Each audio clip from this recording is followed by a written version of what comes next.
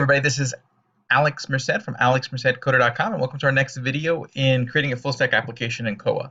So what we're going to do today is we're going to make all of the routes we need to pretty much have all the functionality we need in our blog.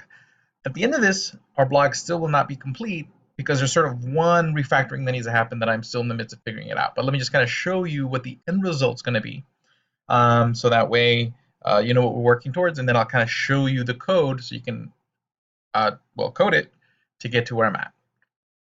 Okay, and hopefully you've done some styling to style your blog, at least your index page how you want, and done your header and your footer, and made it look nice and pretty. Because last we left off, your index route or your root route was working. Okay, so I'm gonna cancel my server. Okay, now basically what happens is that all my routes work. Problem is, for some reason, this is what I'm in the midst of figuring out. Okay, what happens is that it only works once. So whatever page you go to first, then after that, everything stops working.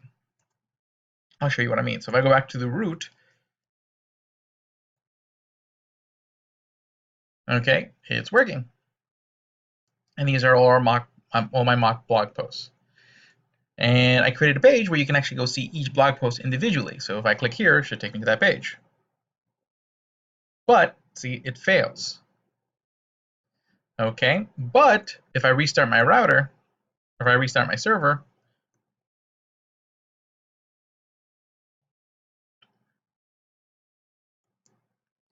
suddenly I can refresh it, and it's working. Weird, right? And now if I click over here, which is a link to the home page, now that doesn't work. So that's a problem I'm currently working on figuring out what is causing that. It has to probably do with the router or the views middleware and the way I have it currently configured. Once we figure that out, I'll make a separate video to figure that out, but we might as well still build out everything else because everything else is for the most part working. Okay, and I can show you how it all works and how it all fits together. Okay, I'll just have to be turning my server on and off a lot throughout the process, but again, this is a good way to show you sort of finding bugs and discovering bugs because I had to do a lot of that along the way. So let's close that out for a moment. Okay, so the first step we need to do is you do need to install a couple more pieces of middleware before we move forward. So let's scroll on up. Okay, what I need you to do is install the Koa method override, and I need you to install bodyparser. So npm I Koa bodyparser. Now, what do these two things do? And again, if you're from Express, you probably realize that in Express you didn't have to download a lot of these packages because Express already had this functionality. This is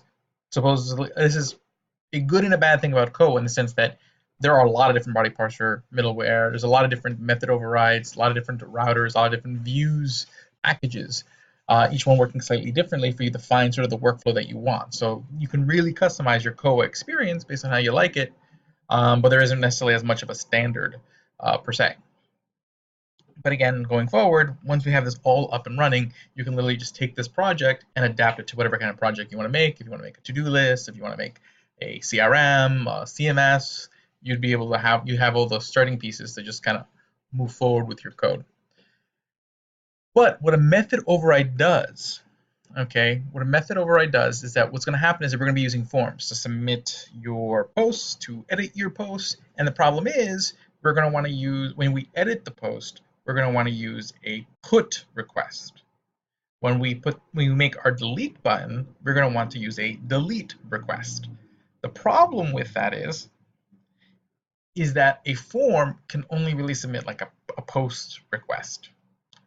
So in that case, how am I supposed to submit my form and not make a different request? That's what method override does. We'll be able to label our form to say, even though this is making a post request, the middleware will detect it and then swap it out for a delete or a put, whatever we need. Now, same thing along with forms, what's going to happen is that the form's going to submit data. And without the body parser codes, it'll be like, cool, okay, and there's nothing I can really do with that data. So what the body parser does, it's going to take the information that's submitted by the form and then put it in a form that is usable. So you'll see that later on you'll have this object called context.request.body that is the information from the form that we can then use to do stuff with. So that's what these two things do, since we're going to be working with forms. Cool. So I'll give you guys a minute to, again, you need to create, and then after that, you need to add these 2 lines of code. And then you'll have your, once you have those 2 lines of code, we need to add it to our middleware chain. I added them at the beginning of the middleware chain because I'm pretty sure they need to be, these things need to be triggered before the routes route. So that's over here. Okay, so here I set up the override because I named it override, and here I set up the parser because I called it parser, the body parser. Okay, and so there's our middleware chain at the moment. And again, that issue I'm having with the routes could also be from the order that I have my middleware. So again, the idea is thinking about when I do have a problem, because whenever you're developing anything, you're going to have problems. You're going to hit bottlenecks where you're kind of not sure why your code's behaving the way it does. The question is to kind of know what are the possible things that are outside of typos and casing, what are typical possible issues. So in this case, could be the order that I have my middleware. I'll experiment more with that later, but it's working enough that we can show you at least what the next steps are, and then I'll make another video to finalize things, and then we'll do a video on deployment to Heroku. Cool. Okay, so now that you have that middleware installed, we need to start creating our routes. Now you already have your root route that we built last time. Okay, and just to kind of recap how it works is that if you went to the root, we'd console log our root just to make sure that it all went fine. It would then go search in your database for everything. It would console log this object, and then it would render your index page. Now I made a quick edit to the index page. As you saw, I did a lot of styling and whatnot, but that's outside of the actual index file. I got rid of the post body and made it just the post title. So that way what's going to happen is instead I made a link. So this is now a link, the title. You can click on the title and it'll take you to a page with that. So we're going to have a view route. Okay, and that's what we're going to make next. And notice here, every post not only has a title and body that we created in our schema, but everything in Mongo always has an ID. Okay, a unique ID. And it's not going to be any kind of number that you can predict as like a long string of numbers and letters and whatnot. Okay, that's actually this right here. Okay, so the only way to know that is you need to pass the objects. In this case, we have our array of objects, and we have the RD things. We can create the URL by just doing this. That links us to a page that we're going to create specifically for that post. So how do we do that? Okay, let's first go back to our index.js and see how we created our route. Okay, so here's my show route. So what I did is I did /view, because it's going to be for viewing, just an easy to remember, and then ID. So again, that's a parameter because it has the colon. So it'll take whatever that is as kind of a variable. Okay, and that's what this context.params.id. So context.params means any parameters you have in your URL, and we named it ID, so it's params.id. So console.log, I show the route. Again, I just like to put that in there so I can tell what routes are hit. So that way, because another possible problem, something might not be working because it doesn't hit your route at all. So if we go back to the code, I was just, when we were running it earlier, okay, I went to the index route, and then see, it goes to the show route, and then we showed you that show page where it showed you one post, and then I clicked on the index page. So it did hit the route, it just for some reason didn't display. So I can tell it got up to the views and the templating, and for some reason it stopped there. So we'll figure that out. Cool. But console.log results, context.render, and we show.njk, and that'll show that individual results page. Okay, but again, the result, I named the results. This is all that results that we got back from the query. And again, this time I'm not using blog.find because I'm not looking for a bunch of different posts. I'm looking for one post. And I'm going to find it by passing through that unique ID. So basically, that's why that URL had the post ID in the URL on the index page, because then we get the ID as a parameter, and then I can pass the ID saying, hey, I want to pull the information from this one post, just one post. And those are my results that I'm then passing through as post to my show.njk, which then just wraps the title. I wrap the post.title in a div and then I wrap the post.body in a paragraph tag, and then I styled them using CSS to get that appearance that we had. Okay, which was, let's see if this can still go there. It was that, oh there, yeah, this. So you can see this was the div, this is the p tag. So simple as that. Let's see, it looks pretty, but not necessarily a whole lot of code. Cool. Post.body, post.title. So that's my show route. Pretty straightforward. Okay, let me save. Don't remember making any changes, but okie dokie. Okay, so the next route is I created an admin page. So this way, the idea is to have a page that's kind of separated from your main page, because we need buttons for deleting, editing posts, creating posts, but we don't want that visible for people who are seeing our blog. Okay, we don't want them trying to edit our posts and whatnot. So I created an admin route, so that way there'd be an admin page where you can go to and do the things you need for your blog. So just like any other route, context.next, I console log just to make sure that we know that I hit the route. Okay, then I do the blog search. This time I am looking for all posts because I want all posts because I'm going to list like an edit and delete button next to each post. So I do that. I get the results. I console log the results just to make sure that I got the information from the database fine. Again, these things just tell me that I know these items were accomplished. Okay, and then we get to context.render. It's going to render the .njk file. And again, we're going to pass through posts because we're passing through all the posts. So that's why I name it that. Again, you can name it whatever you want, but the idea is to name it something that kind of reminds you what it is. And it's all the results that we named over here. Console log the results. I pass through the admin. And then here we can see the code for the admin page. So what I did here is first, we have the post title. And actually at the very top of the page, here I put a URL to what's going to be our create page. So it's just /create. It's going to be a page where you can create a new post. I put that at the top because you don't need that button next to every individual post. It's just, if you want to create a new post, you can create a new post. And on that note, actually, I should give that a couple breaks because last time I checked, it was pretty stuck up at the top of the page. Cool. Then what we do here is, again, we have a for loop. So we're going to go through each post using nunjucks. They're sort of looping. So again, we're going to do it for each post in post. So we sent this array called posts, and I'm going to call each individual item in there post. And it's just going to keep doing a loop for each post. Again, I can name it anything, but this is much clearer as to what it means. So put them in a div called class post because I'm going to style it. And then in the div, I put the post title just like before. And then here, we have a link to the edit section. Okay, so edit post ID. And then here we create a form. I need to remember to come back and style that edit. What form? And now here's where we use method override because this form is for deleting. Okay, you don't need to go to a separate page, delete it, you just hit the button and it deletes it. But again, forms always make for the most part, always make a post request. I don't want to make a post request, I want to make a delete request. So what you do is you put your URL, so the URL is going to be delete with the post ID as the second, as a parameter, because that's how we're going to tell it to delete in a second. But then you add this line here. This is the method override.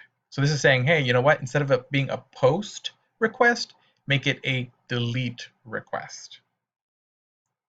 Okay? And for it to be looking for this, that's how it tells that, hey, that's the trigger. You need to make sure you pass it through. So back on our index, when I did the middleware, let's go back to the middleware. Okay. Notice I put the underscore method here. So that way it recognizes it and knows, oh, okay, when I see that, that means I need to override the method. Okay, so make sure you have that in there because it doesn't work without it. I learned that the hard way. Cool. So let's go back to our admin.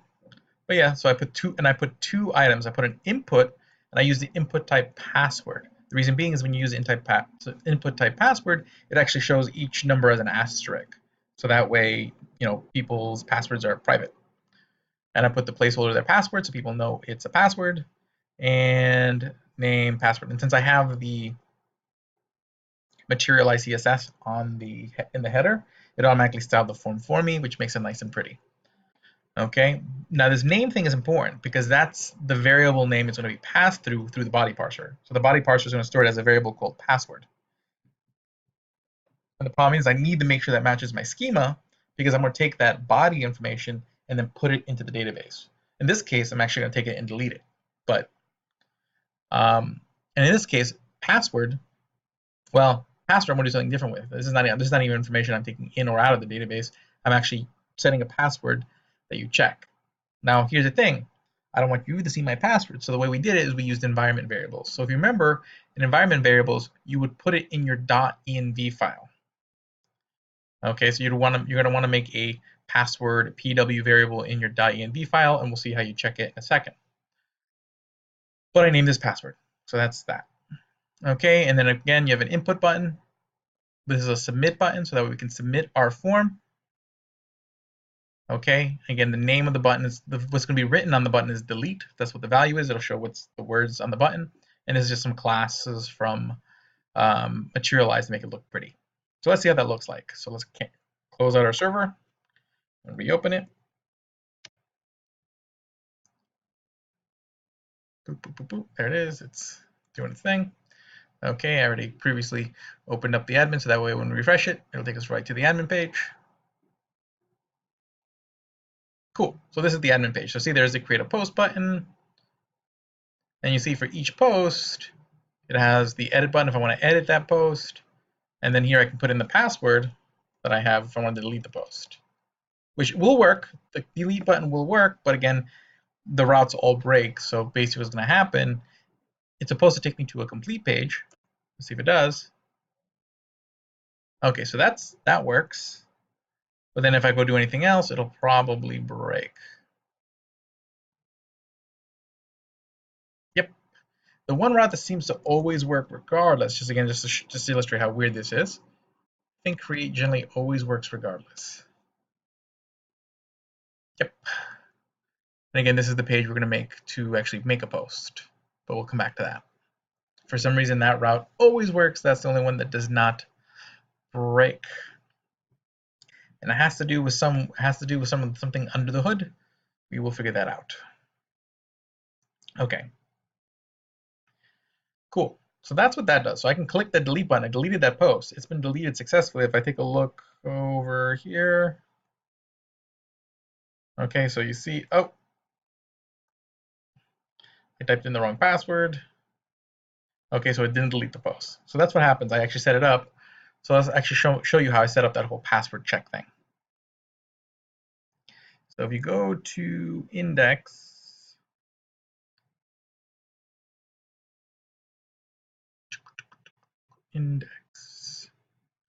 our index.js, let's look for that delete route. Here's my delete route. So basically when you click that delete button, it gets routed to this delete, because again, we did the method override route.delete, it's a delete route, and the URL for it is delete, and then again, the ID as a parameter. And then again, I put my route, I put my console log just so I know. So again, I can see that stuff in here. Makes it a lot easier for me to tell it, make sure that everything worked. Okay. I also going to console log the request body. So that's the information that was parsed from the form. So everything from the form is in this request body object. Now I want to make sure that the password that I put in my environment variable, so again, anything that you write in your .env file is accessible with this process.env object. So process.env.password, okay, is going to equal the password that I had hidden away. And then context that request.body.pw, because again, we named in our form, we named it pw. That's the password that we passed through. And so I check to make sure that they're both equal. And if it is, then it will actually remove it from the blog. So blogs.find by ID and remove. I passed through the ID because the ID was a parameter in the URL. And then that's what it does. Or it'll console log a wrong password. Either way, it'll send you over to the complete page. Okay. Originally, I had a complete and a fail page, but I was experimenting to see. So I had would render a complete page here, render a fail page there. but I was having that issue with the routes, so I was experimenting and moving my renders and my redirects. So we will figure that out. Okay. But that's how the delete route works. So it does delete posts and whatnot. Again, we're just having that routing issue at the moment, which we will figure out. Cool. Now, if we go back over here, we keep looking at our admin page. Actually, this is the create a post page. Which actually, let's do that one. Let's do the create a. So our create route is actually 2 routes. Okay, so our create and edit are both going to be 2 routes because we need to get to a form and then we need to submit the form. So where's our create route? Here's our create route. Okay, our create route. And I did post all this code on GitHub. So if you want to look at the actual code, you can go check out my GitHub profile over there at github.com/Alex Merced Coder, and you will find this under like simple KOA, a simple Koa blog is the name of the repository. I'll put a link to it in the video description for this one. That way you can make sure you're all caught up with it, because I know this is a lot for one video. Cool. Okay, so the create route. So again, here it's a get request because we have to get to the create page. So create context next, just again, like all the other routes, console log that I did the route. Okay, and then we're just going to render our page. So here, I'm not looking in the database at all. I'm just bringing up this page. Okay, and then that page over here, create.njk, it's just a form. And since this is actually a post request, we don't have to do anything special with the form. So this one's pretty straightforward. And then, here's here's my input to make the title. Again, the name of its title, because it has to match the variable I have in my schema. But I want to make sure it says title as a placeholder, so that way people know the right title.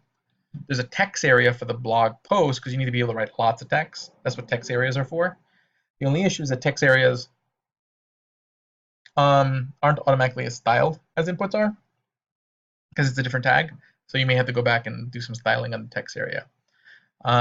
Mine's already been styled, so that's cool. And then again, I asked for the same password, because the idea is I want to make sure that when I put this up online, people are making blog posts on my blog. Okay, that only I can make blog posts on my blog. So this is a very simple password protection. It isn't kind of quite the same, more solid authentication you might use in a full project. So the idea here is you have to actually put in the password for every individual action. But, it works. Input type, submit. So we submit the post. Then that would take you. Actually, let's go back over here. Create.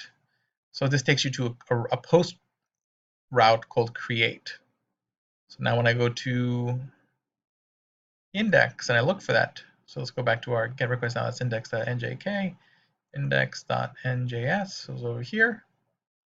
So again, this was our get. Here's our post request. So when you submit the form, it triggers this post request. So again, that's why the verb is so important, because both of these routes are called create, but depending on the verb with the request, it'll send you to this one versus this one. Okay, and again, I could just literally get a different name and make it get, and it'll do the same thing, but it's confusing when other people read your code, and it can confuse other people's, software that might interact with the website or whatnot. It's good to follow standard conventions for things like that. So at console log, you created a post. Console log the request body, so I make sure that if we got the right information from the body, so make sure I have it all connected right. And then again, I just do the check. Is the password right? If the password is right, blog.create, which means it creates a new post. I'm passing in the request body. Now again, the schema is going to filter out, so it won't put the password in the database. It'll only put the title and the body, because there's only 2 fields in our schema that we made earlier. So it puts that into the database as a new post, and just to make sure, I console log the result so we can see that the actual right post was created. If the password's wrong, then it says wrong password. Either way, it'll send you to that complete page. So that's the create route. So we only have one left, our edit route. Okay, so again, that's going to be very similar to this, where we're going to have a page to edit, and then you're going to submit the form, and you have a route that handles the submission of the form. Okay. Now, so basically what happens there, we have So basically, when you are on the admin page, there's going to be an edit link next to each post that has the ID in the URL already. So let's show you how I did that. We go to admin, because again, we passed through our post array into our admin template, and then we did this for loop for every post and post. So for each one, I create that edit/ID URL. So you click on the one next to any individual post, it's going to trigger this individual route for that post. And it's going to get an edit page specifically for that post. Okay, so what it does is going to do blog.findByID again, and it's going to find that particular post, because again, we have the ID as a URL parameter. It's part of our URL. Neat. So we're going to find that blog post. We're going to get that blog post as an object, results, and we send it back. And we're going to console log the results to make sure we got the right results. Again, just good to see, make sure that you know each step is working. And then context.render my edit file, which is going to be identical to the create page. The only difference is that I pre-populated all the form fields with the existing data. So that way you're editing it, not redoing it. Okay, so how I do that, since we passed the object of the existing post into this template, I can then just populate it by saying value for the input, for any of the inputs, I can do value equals and then that post, like in this case, post title. For a text area, you have to put it within the opening and closing tag. So here you see post.body between the text area closing tag and the text area opening tag. And then again, the password. And then again, here we had to override again because we want to make a put request, not a post request. We're not posting a new post. We are replacing the post essentially. Now, if you were to set it up where you only can update one thing, then you would do what's called a patch request. That means I'm adjusting one thing. Technically, since you have the existing title already there, what we're doing is we're really just submitting the entire object again and just overwriting the old blog post with this new edited one. So that's it. It pretty much works just like the create form. And then actually the changes over here shouldn't be create post, it should be edit post. This is the edit. Okay, and then this button should say edit post, not create post. So you can tell I literally just made a duplicate of that page and just injected those value fields. Okay, so some of the stuff, you know, to add the extra routes after a while, you're not doing that much additional coding. Okay, and then again, once you click on that button, let me just go back to that. So again, when you hit submit, we have the ID in the URL. And then again, I overrode it as a put request. So when we go over here, it'll trigger the route right below it, route.put, edit ID, context next, console.log, make sure that we know we're editing the post, console.log, context request.body, because I want to make sure we got the right information in the context in the body. Now, if the password's right, it'll then find by ID and update to the post. So again, I'm using a different function from the blog schema, find by ID and update. So it's going to find the one by ID because again, ID we have in params. So I'm going to find it, and then I'm going to replace it with this object, which is the request body, and it'll filter out the information it needs. You have to put this new true thing here. Just put it there. Don't worry about it. It's not going to do anything that you'll notice, but it can cause some problems without it. And then we have our callback.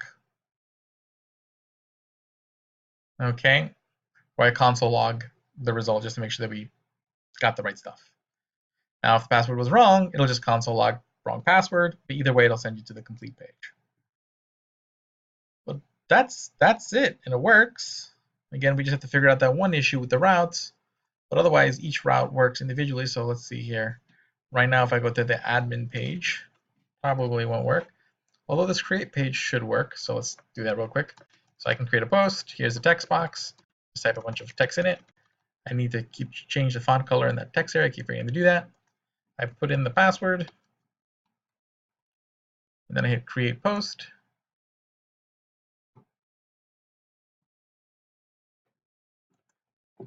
Post. And that time it worked. Again, that for some reason that route seems to work fine. The post is completed. Now if I click on the thing here, that's going to error out. But let's go to the admin page. So we're going to refresh that because I want to show you guys the edit. So now I'm going to close the server, reopen the server.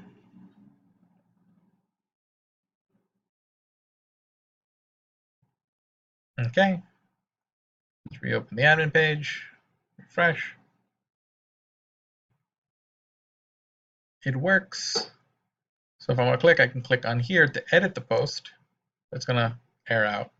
Yep. So let me close the server and reopen the server just to show you that it does work. It's just this whole first route works only thing. And then I refresh it. And there we go, edit post. And see the fields are already pre-populated with the information. So now I can go edit it.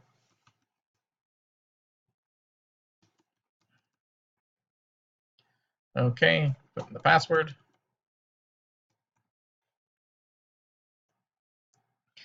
Edit post.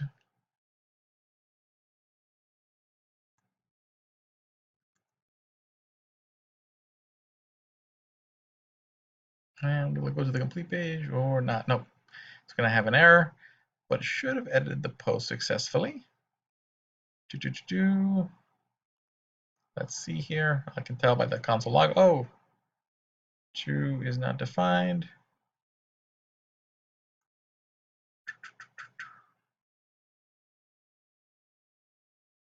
Okay, so there's something I'll have to debug there. Let's take a quick look. Route.put. Where did I write the word? True. True is not defined. This is online. Let's see here. ID, editing a post. So console logged our rec body. So again, I added all those dashes. And well, that was my temporary password, so you can see that I'll just have to change. That's not a big deal. This is on line 134. New true. Oh, okay. This should be lowercase. That's the reason why. Save. Because true is a boolean, and booleans are lowercase, they're not uppercase. Okay. So let me cancel that one more time. Because that means it didn't actually update the post because it errored in the process of updating. Because that true was inside the updating piece of the code. So do is we'll just hit refresh. Complete. Will it let me get to the index? Yes. So we can see that was edited. Huh. That worked. Maybe that true was what was causing the whole problem. Let's see how lucky we are.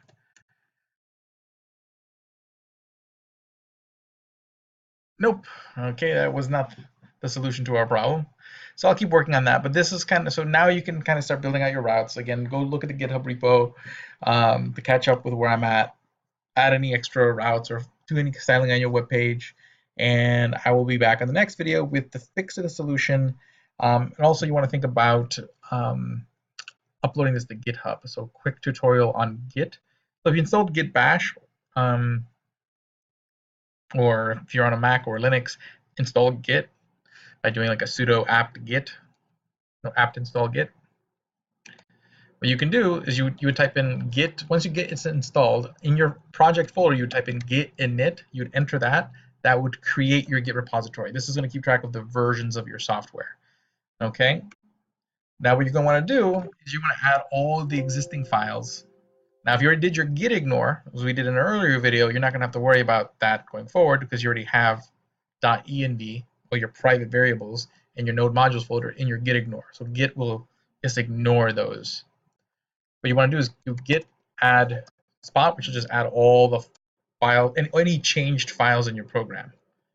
Okay, if you're not sure that it added them, you can just type in git status. What git status shows you any files that you've changed that you've now added to what's called your staging area, which is like the area of things of changes you've made You haven't committed them. And what you want to do is you want to create like a milestone. This is what's called a commit. It means, hey, I made these changes and I'm committing them to history. Okay? And you can actually go back and take a look at all the changes you've made between commits. And you can actually even go back. If your code gets really messed up, you can actually go back to a commit. So then you hit git commit -m, or if not, you have to do all this extra work. Git commit -m, git commit -m, and you're gonna want to put a little message. So here I'm saying, you know, some styling and typo fixes.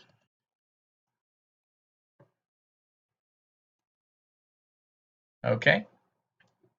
Now that it's committed, you have this piece of your version. But let's say you wanted to upload it online to your GitHub repo.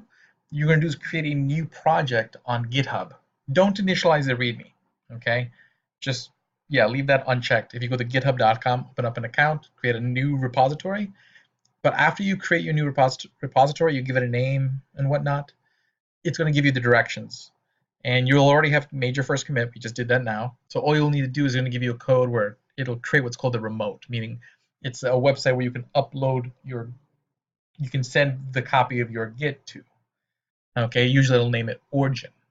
But once you set up that Git, you do that remote code where you create your remote, then all you have to do is do git push the name of your remote, which in this case, by default for GitHub, it's origin. So git push origin, and then it's the master branch. Don't worry what that means. And what that does is just going to send my code over to GitHub. So now this version, all the updates from this video are now available over there on GitHub, and you'll actually be able to see the history of all my commits from when I first began this Git repository. This is really important because it helps you keep track of your code, also helps you get it online, and later on when we deploy the Heroku, you're going to be using Git to push your code up to Heroku. So you're going to want to make sure that you do that. So I'll see you guys later. Have a great one. Ciao.